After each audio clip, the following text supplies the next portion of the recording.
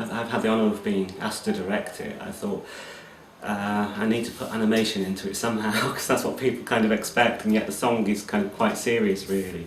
So I thought, how can I just be as creative as I can, knowing what I do about animation and effects and stuff.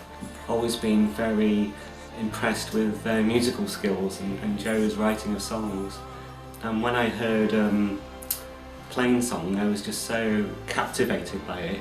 It has this effect on you that you know, I wanted to choose it for my Desert Island Discs, and because of that, I think it got, within a year, it's had nearly 20,000 plays on YouTube.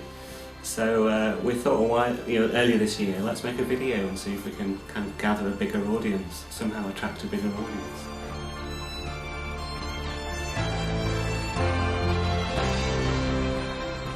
I was in Rome on holiday, and as a tourist was going around everywhere, walking in and out of different buildings, going across the Trevi Valley and things like that, and came across a cathedral, went into the cathedral, and watching, there were loads of us, loads of tourists about, and as we went into the building there was just a regular choir singing, and I've got a history in the cathedral choir, and I remember the sort of plain songs that they did, and that's what it sort of named.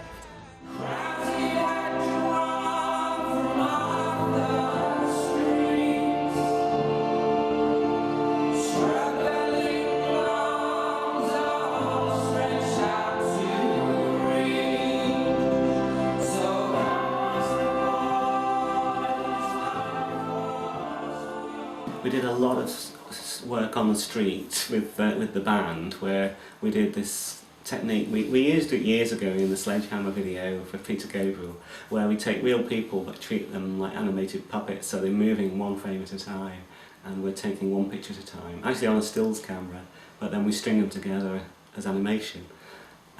So they're live shots of the band, but it has a strange movement effect, and we can make the band slide along the streets of Sheffield and Bristol. We had to take tiny little steps, so we took a step and then stop. And it was quite hard to concentrate, wasn't it? To like follow a flashing light while people whizzed past us. And then there was one bit where we danced. I think he wants us to like ice skating. Yeah. And we had to move in little steps, so it looked like we were dancing on ice. Which it looks good, but it didn't feel good. And got on to do lots of light writing as well, which was a lot of work, difficult to do actually, so I ended up helping with that a bit. You know, in a dark room, just getting a torch and writing every word many times, and so it has this kind of jiggly kind of rhubarb and custard effect. And action.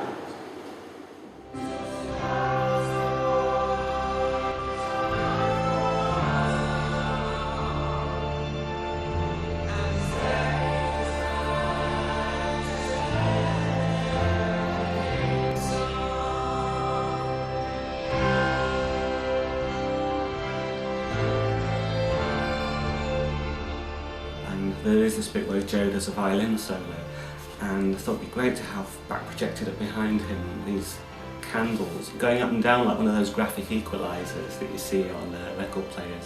And so we followed the movements of a graphic equalizer to that piece of music, filmed the candles in time lapse, so they're all going down at the same time, but then got a great CGI animator called Jim Lewis to kind of manipulate them up and down.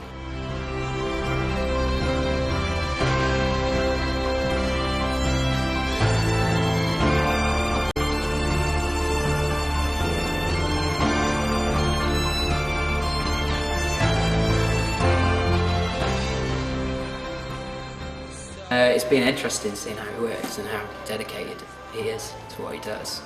Once he's fixed on something, he's straight down, and it's been interesting watching.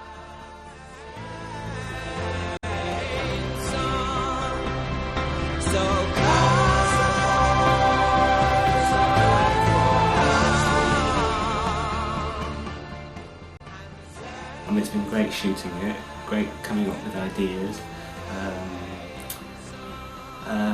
working with everybody on the both on the street and in the studio. But it's been a great little challenge and an excursion, and something I've really wanted to do. I've really enjoyed this and doing something different. So how was the boy whose life was weak, and steadied his hands as in the mirror they meet? So how was the boy whose life was weak, and steadied his hands as in